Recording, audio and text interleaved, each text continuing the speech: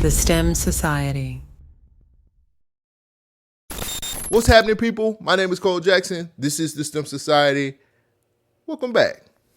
Few things on the docket today. We are going to talk about this Tyga Pithcfork and him getting a review which gave him a 0 on his album and why it doesn't really matter anymore. We'll talk about that later on in the episode. Right now, I want to dive into the evidence they've introduced for the Lil Durk case and try to figure out how this is going to go. Because with the new evidence that they're presenting, it don't look good for Durk. Just going to be real with y'all. For those who don't know, the Lil Durk murder for hire trial will start on Thursday, which is August the 20th. And the prosecution has brought some things to the forefront that I don't feel like it's going to be fair, and I don't think it's going to fare well for Durk, but let's dive into it. So the prosecution has decided that they're going to use the song Piss Me Off as evidence in the case. Now, not only are they going to use the song, but they're going to use the video. The prosecution said they believe the 2021 track helps establish Durk's alleged desire to retaliate for the death of King Von. If you heard the song, it talks about putting money up for guns and putting money on people's head. For a lot of y'all on the other side of the screen, I know y'all are feeling the same way I feel. It's just music. It's just lyrics. It's a video. It's just his interpretation of shit. He's a street nigga. He gonna say and do shit to keep up the persona. The thing that I don't think a lot of people are telling you in these stories is they have a witness that's going to interpret the video and the lyrics of the song. So when you put that into the mix, that does not look good for Durk. That don't look good for Durk at all. Now, I think a lot of y'all understand how I feel about lyrics being used in court cases and how I feel like that they shouldn't do that. Because there's a lot of people who lie in their raps. There's a lot of people out here who really make up a lot of shit that they see on the streets. A lot of street niggas that's not really street. But the fact that they got a witness that's going to testify and interpret everything changes the whole game, period. I don't think it's a nigga that's going to be just out to try to snitch on Durk. Whoever this nigga was had to be a part of the video. Whoever this nigga is that they got that's going to testify, he had to be there when the song was being made. Whoever it is, this nigga is really going to sit down and tell on this nigga. Now, if Durk was stupid enough to put real live events in this fucking song and in this video, what are we supposed to do? You get what I'm saying? Like, as much as I hate the whole lyrics thing with the cases, with these court cases, you fucked up if this is real, bruh. If you really have somebody that's going to tell everything to the court, you done. You are finished. And I don't like to say that because I really want the court system to do their job instead of just going straight to a song. You know what I'm saying? The investigations and finding evidence and all the police work that's supposed to be done when it comes to this kind of stuff, I really want them to be doing that instead of just going to the music. And a lot of people give me pushback when I say that. But I say those things because what about the people who lie in their raps, bro? What about the people who are trying to uphold a persona that they don't necessarily live? We know that people lie on artists and superstars and celebrities all the time. And there are some times where the lie goes so far that it goes all the way to court. If they decide to use somebody's song against them while they're in court and it's all a lie and it puts that person away for a while, takes away their freedom, what then? How do we balance this whole thing out? Does every song that they use when it comes to a trial has to come with a witness for this stuff to be okay? It's a lot of just gray area and it's a lot of crazy, wacky shit when it comes to that kind of stuff. And I don't like it. I just don't. But here again, like I said, they have a witness that's going to interpret the song, the video, and if that shit is true, what they're saying, the prosecution is saying, which is that song was telling the intent of him trying to get retaliation for Von, that nigga is done. The more you find out about this case when it comes to Durk, the more you start seeing that he was just making a lot of stupid, he was doing a lot of stupid shit. He was just fucking up all the way around. Something else that they're going to use in this case that a lot of people are questioning is this cell phone from 2021. Now, for those who don't know, there was a home invasion in 2021 at Durk's home. And when the police got there, they questioned him. They confiscated the phone as evidence because of the home invasion. Durk apparently shot up in the air. The police found a probable cause to be able to get the phone, and they've had it since 2021. So apparently there's evidence on that phone that they want to use. They can't unlock it, though, or they haven't been able to unlock it for the last 5 years. Apparently they can only see pictures and screenshots or whatever the case may be. Trap Lord Ross has been at the courthouse during this case, and he gives a better explanation of why they want to use the phone. Listen to what Trap Lord Ross says. The Georgia Bureau of Investigation, because it happened in Atlanta, they had kind of, tried to crack the phone. They had got like a very basic, cracking of the phone where it was they described it as like a first unlock mode. So if you turn your phone off and you turn it back on, you're in a first unlock. It hasn't been unlocked yet, right? So if your phone is in that state, what it basically means is that they can't get everything. They can't get all the messages. They can get all your images. They can get the thumbnails. They can get screenshots, but they can't get the actual messages. So Durk and his team were basically trying to argue that because the phone had been held onto for 5 years, the FBI filed a federal search warrant for the phone all the way in June 2026, that they shouldn't be allowed to use that evidence, and it was gathered improperly. The FBI asked for that information in good faith, and the judge even said that if they continue trying to get hold of all of the other contents of the phone that weren't available yet, if they get them between now and the trial, which is in like a couple of weeks, he said, well, if the feds manage to get all of the information off those phones, then we're gonna have to revisit it then and decide whether I'm gonna be allowing them to look at all that stuff. And it sounds like that is going to be able to be used against him. And the contents of the phone was pretty damning. It was, photographs, screenshots. Apparently there was a screenshot of a conversation where they were trying to get Lil Tim's address, and the government basically said, yeah, that we have the metadata to show that screenshot was 2 days after Lil Tim was released on house arrest. So they were tracking his movements. It sounded like the stalking was taking place. They said that the screenshot of Quando Rondo's concert posters that were, found in the phone, that was within a few days of, him being shot at outside of his concert. They are going to make sure they put his ass away. Like, I don't think the court's playing. I don't think the court really gives a fuck anymore. I think they're going to stack the deck against him as much as they possibly can to put Durk away. This man is facing life, bruh. He's facing life. And I understand when you do wrong, you're supposed to get what you deserve. I think my biggest problem with this whole thing is Durk is in this position because he fell under internet pressure. That was the biggest thing. When this whole thing with King Von went down, they automatically went to Durk and they just pushed him. And I'm not saying he's damn. The thing about it is he fell under the scrutiny of what the internet was saying. Because I don't think Durk was going to really retaliate like that until everybody was like, you got to ride for him. You got to get some get back. You can't let this happen. And the fact of the matter is, now look at him. You know what I'm saying? Like he got kids and a lady at home. You know what I'm saying? Like, all of this is because you couldn't say no to the internet, or you let the internet push you into a situation that you shouldn't have been in the first place. I feel bad for this dude, man. And I feel bad because he fell for the for the bullshit.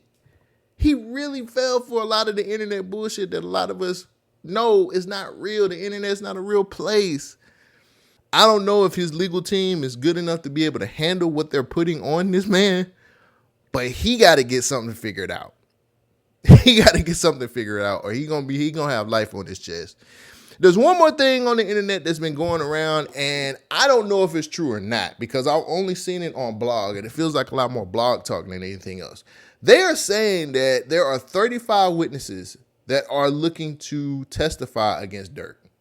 If you have that many enemies willing to put you in prison for the rest of your life, what did you do so wrong to these people? Or is it a situation where niggas just want to snitch and they don't want to go to prison? All of this is falling on Durk right now. And like I said in the beginning of the show, it don't look good. None of it looks good. None of it looks good. I don't know if he has a chance. I really don't think he has a chance to get away from this. I think they are really going to go full steam ahead and make sure this dude goes to prison. And not to be cynical about it, but a lot of it is his fault. How sloppily he handled a lot of this stuff. If it's true, if the stuff that they say about the phone calls and the credit cards and all this other stuff, if it's true, he handled it a certain type of way and now he's going to pay for it for the rest of his life. I will be covering the Lil Durk trial. Nothing major, just, what news we get from it. And I'll make sure I talk about it here and just give you my opinion about it. A lot of this, I brought this to the show and I just wanted to talk about it mainly because of the lyrics being used. But overall, it just feels like everybody is against Durk right now. And it just don't look like he got a friend in the world. What do you guys think? Do you think the court is stacking the dick against Lil Durk? Do you think he has a chance to get away from this at all? Do you feel like everything happening to him now is deserved? Whatever you feel like, let me know down in the comments. Speaking of somebody who deserves something, recently Pithcfork decided to give Tyga's new album, TARFACE, a review. And he ended up breaking a record. He ended up getting a 0. First time in 19 years somebody's got a 0. Now, the crazy thing about it is Pithcfork basically is one of those places where they have notoriously given out shitty reviews. Just gonna be honest. Pithcfork has never been a reliable source when it comes to reviewing an album. A lot of the time they do reviews for clout. This, to me, is no different. They gave Tyga a 0 review because they knew it was gonna make headlines and they already knew it was an AI album. Now, TMZ sat down with Tyga to talk about this 0 review he got through Pithcfork, and this is what he said in retaliation. Pithcfork gave you a 0 out of 10, which hasn't happened in 19 years. And it's pretty clear they're doing it because of AI. So what do you think of all of this? Listen, I don't really know what Pithcfork is. All I know is the devil uses a pitchfork. That's all I know. What do you think of the AI controversy generally? Because there are some people saying you shouldn't do it. Well, the context is, unfortunately for Gen Z, they can't read. So nobody reads, you know what I mean? And what I said was, I used AI assisted things in the production. I said, all the vocals are me. I wrote all the songs. When it comes to the 80 cents and some of the guitar solos, yes, I used AI for that. But I didn't make a full AI album. It's not what I did. I was in the studio 3 months working on this, but it's just, it's at the end of the day, it's like, I'm just I'm a small piece of the puzzle in this bigger conversation, and it's really not my fight. You know what I mean? It's just, I'm just telling people, cause I like to be honest with the listeners of, kind of like how I used it, but I didn't, I indeed wrote the songs and that those are my vocals. You know what I'm saying? We use some AI sounds in the production, but we still created everything. Tyga clearly don't give a fuck anymore. The curl in his head, the wet cigarette, all of this shit, this in-character shit that he's doing, he don't care about nothing no more. It's fucking hilarious. But clearly it's helping his profile because he's getting a lot of looks that he wouldn't have got before this. Let's call a spade a spade. Nobody was checking for Tyga before this whole AI album popped up. So either he's the smartest guy in the room or he just stumbled into more attention than he's ever had since Young Money, right? So he's clearly eating this up because of him being in so many conversations about music. We haven't talked about Tyga for real in a long time. I mean, he hasn't put out anything good for us to talk about anyway. And then you look at the platform. I don't like Pithcfork. I think it's the shittiest review platform ever. They are shitty. They have horrible reviews. They do a lot of these ratings for clout. If you ask me, this is a personal opinion. I'm not saying that's for fact. But when I see a Pithcfork review on the internet, it's typically because they're giving an album a rating so they can get some attention because niggas is starving. Niggas need the attention over there. They have a lot of writers who wish they were working for Rolling Stone, and they just need the attention grabbing headline for us to be able to say, oh shit, you mean this album is that bad? No, the writers there don't know what they're doing. They're doing shit for attention, and that's it. Pithcfork is a shitty rag.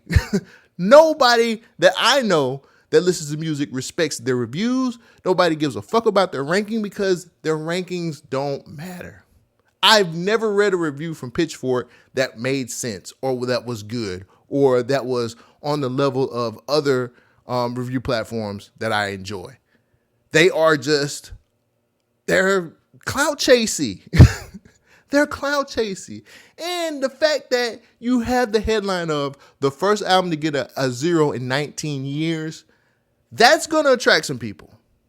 Because the big bold print, I can't talk today. The big bold print is what draws the fucking idiots.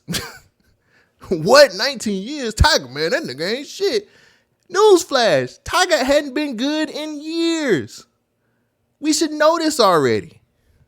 But with the whole mixture, the whole gumbo of a 0 AI album and Pithcfork and the number 19, now we're super hyper focused on it. And we shouldn't be. What did y'all expect from a nigga who does a 80s inspired AI album? What did y'all expect to get from that? Did y'all expect anything good to come from this album? That's my question. Just wondering. Because if we really want to go all the way real, he was riding the coattails of Rubbers, bruh. That nigga heard Rubbers and was like, I got to capitalize on this shit because niggas is fucking with Rubbers. And I need to be able to make a whole album before anybody else does. If I was Phoenix flexing, I would be pissed. I would be mad as fuck. That's neither here nor there. At the end of the day, the only thing that this 0 did was just put more emphasis on an AI album that nobody's going to listen to or people are going to hate listen. Regardless, Tyga's getting the attention. AI is getting more attention. I can see a lot of crazy motherfuckers out here who say, if it can work for Tyga, it can work for me, and we're going to get more shitty music that we don't like. That's what I see coming from all of this. It should have never blew up. Now this nigga's on TMZ having a conversation. Pithcfork should be ashamed of themselves. I think they are probably one of the worst platforms to be able to do reviews. I think these niggas should be shut the fuck down. I hate saying it because I know people would lose their jobs, but maybe it would make them write real reviews. Maybe it would make them actually do the work, because when you do shit like this for attention, too many things are put in the pot to just fuck up everything else. Now we're going to get more shitty AI music because people want to be in the headlines too. I've ranted long enough. What do you guys think? Was this really worth all the attention? Was the zeros really worth the attention? Also, I want to know how many people out there really read Pithcfork and like their reviews. I'd love for you to tell me in the comments. Before I leave, I have a cold corner. This week, Megan Thee Stallion had a pretty good week. She announced that she is moving to Interscope for a distribution deal. She actually posted it on Twitter. Here's what the announcement said.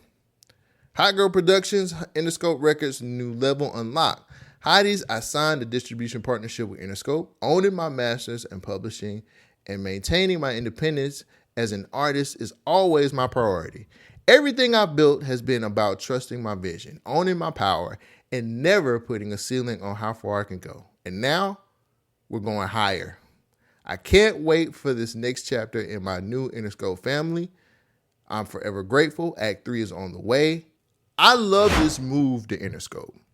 I think that leaving Warner was a great decision. I know that was where her first distro deal was.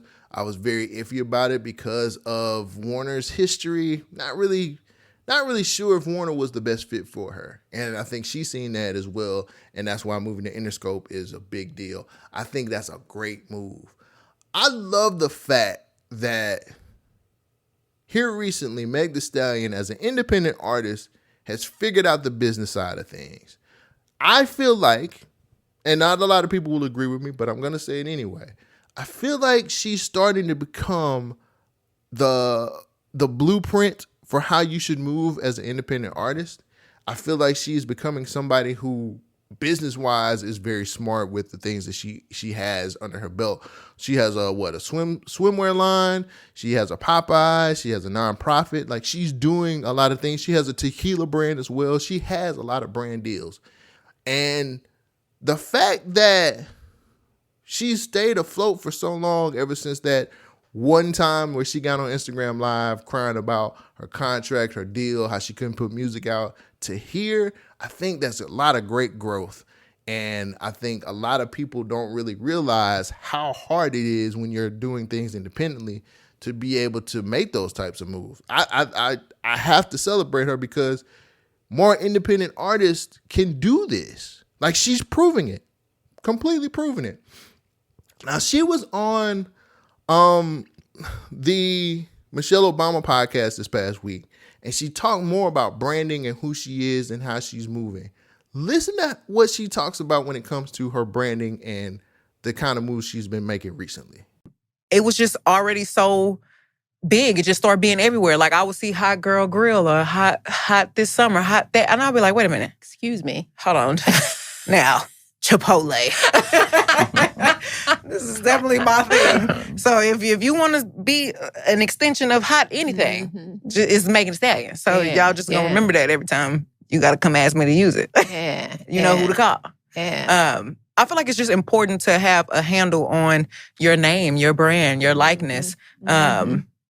And luckily, I just have such amazing management. Like, they see things before I see it sometimes. And just being with Roc Nation, like, I feel like they just have helped me be so business-minded. They have let me know the world is bigger than what I thought it was. I could be a lot of things I never even thought of being. So just maybe since 2019, just being a part of the culture and being a part of Roc Nation, like, my business mind has just expanded so much. And just shout out to Desiree Perez, because that's the woman who definitely, like, took me in and started helping me and guided me through being Megan Thee Stallion in these past years. Let's take our conspiracy hats off for a second. I'm taking mine off right now. For everything bad that people say about Roc Nation, for all of the conspiracy theories, for how people keep saying Roc Nation is ruining the music industry, you have stories like this. You got an artist that was lost at one point in time, didn't know what the hell was going on. Got up under Roc Nation management, understood the biz, learned the business, understood what she could do with her name, her brand, and she's moving forward. And honestly, you have to kind of admire that.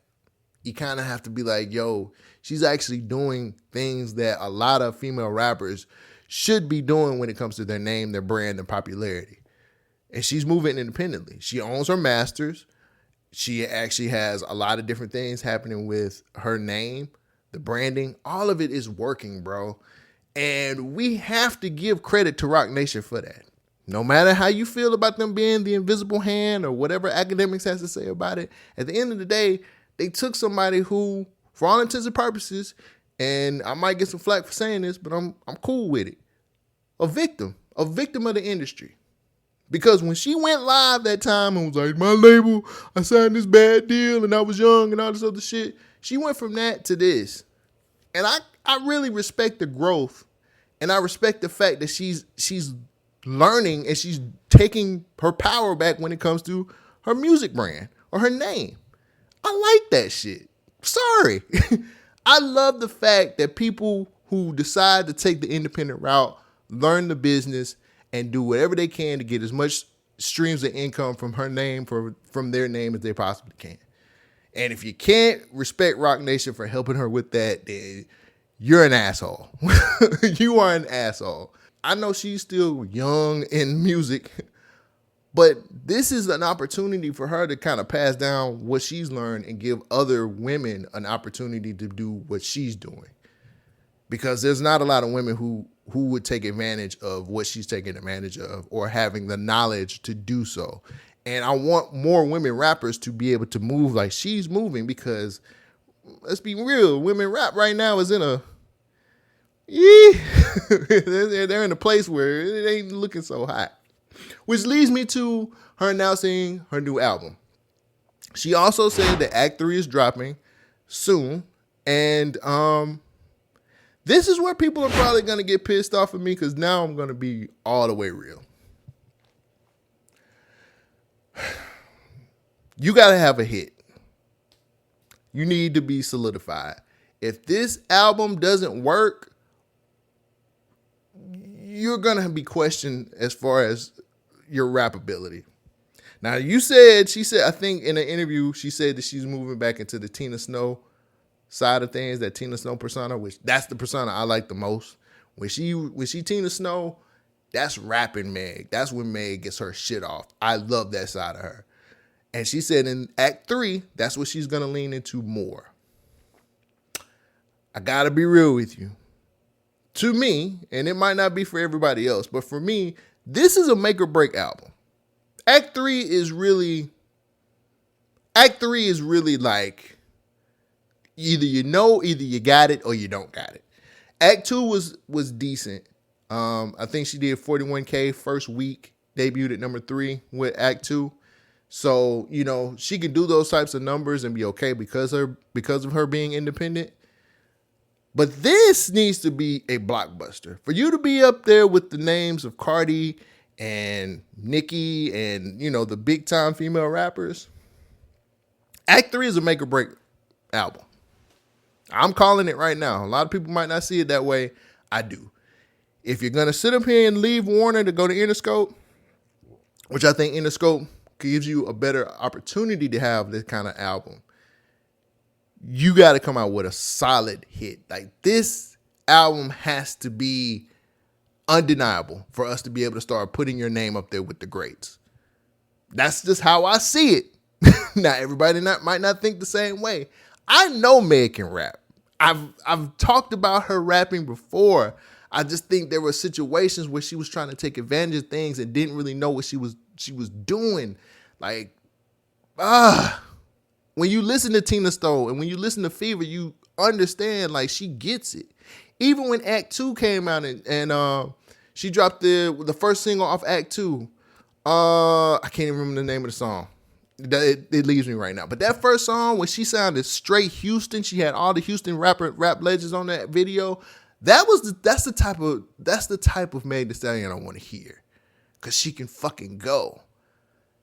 If this is some more commercialized bullshit like some of the other albums that you dropped, I'm sorry. It ain't gonna be sweet no more. People ain't gonna be talking about you being a rapper. They gonna be talking about you being a brand ambassador.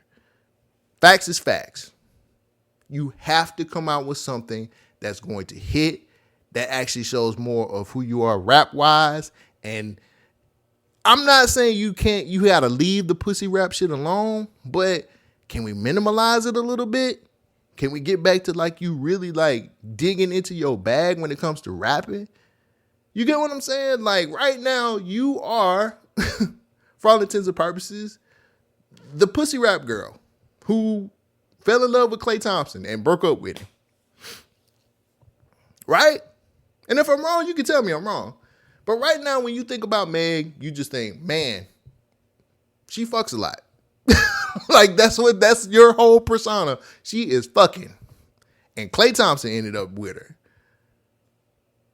I just know that there's more there, and I want to hear more from her, and I want this Act 3 album to be good, because I just want her to be talked about in a different way and seen in a different light outside of just everything is like, I'm sucking this nigga's dick, or I'm fucking him, or I'm fucking these niggas is. I just want you to do better. So I'm waiting on Act 3. I'm going to listen to it like I listen to every other Meg Thee Stallion album, hoping that I can get the Tina Snow and the Fever Meg that I love so much. That's all. Well, I'm done for the day, guys. I got nothing else. If you like what I do, because what I do is not very easy, make sure you pay me in a like, pay me in a comment, support me with a subscription, help me build my platform as big as the sun. I appreciate you guys showing up and showing out every week. And I will catch you on the next one, guys. Take care of yourself. I love you. Peace out. She is kind of fucking with my money, but I meant everything I said, and I say it again.